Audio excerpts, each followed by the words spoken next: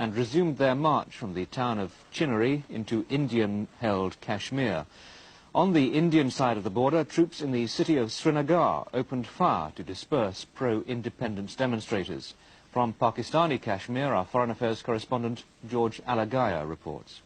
Over 5,000 people gathered in Muzaffarabad yesterday to begin their march across the border into Indian Kashmir, a protest over the division of their land when Britain pulled out in 1947.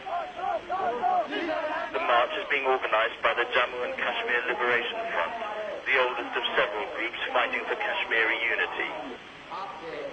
Its leader, Aminullah Khan, is based in Pakistani Kashmir, but told a rally before the march that Kashmir had to be free of both India and Pakistan. His people say they'll fight to the end. We will die. We will fight, but we will cross this line. We are prepared. We all are prepared for sacrificing our lives. We are prepared for dying.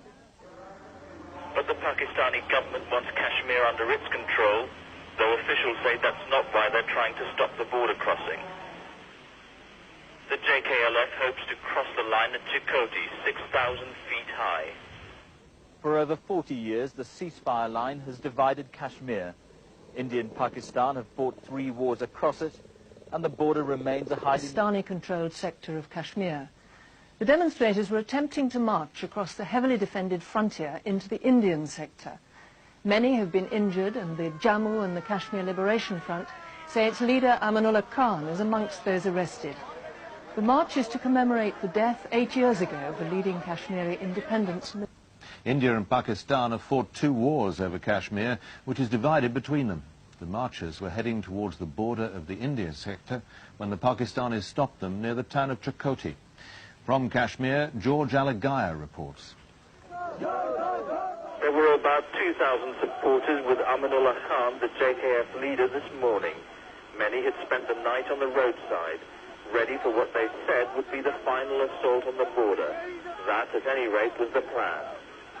The march began peacefully enough, but it wasn't long before the crowd was tested. The tear gas slowed progress, but it was the boulders rolled down the hill by Pakistani policemen that accounted for the mounting casualties.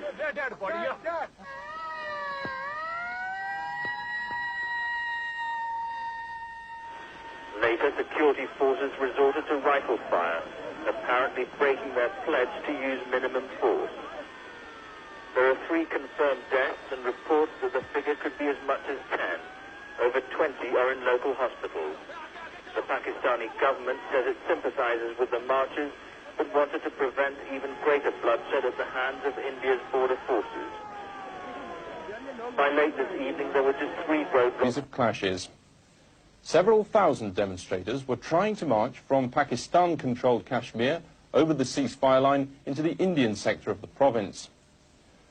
Along their route from Muzaffarabad, the capital of Pakistani Kashmir, towards the frontier villages of Chinnery and Chakoti, Pakistani troops forcibly prevented their advance to the ceasefire line.